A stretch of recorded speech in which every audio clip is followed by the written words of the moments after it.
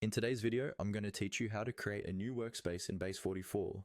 We'll walk through this process step by step so you can follow along on your own screen. By the end, you'll have a brand new workspace set up and ready to go, and you'll know exactly where to find this option anytime you need it. First, make sure you're logged into your Base44 account and you're on the main dashboard. Look toward the top right corner of the page. You'll see your profile icon there. It might be a small circle with your initials or an avatar depending on your account. Go ahead and click on that profile icon.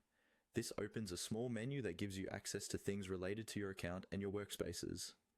In that menu or nearby pane, look for the section that lists your current workspaces.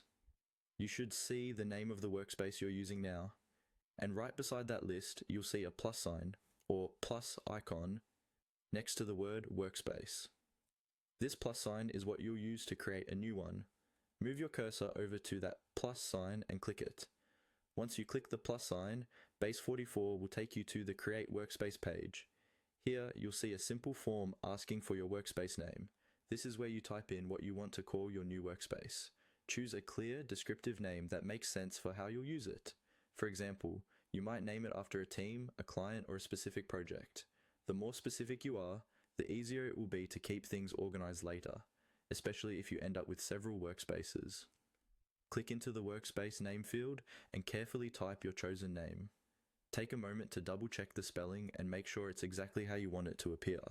You can usually rename it later if needed, but getting it right at the start helps avoid confusion. When you're happy with the name, look for the button labeled Create Workspace. This is typically located just below the name field.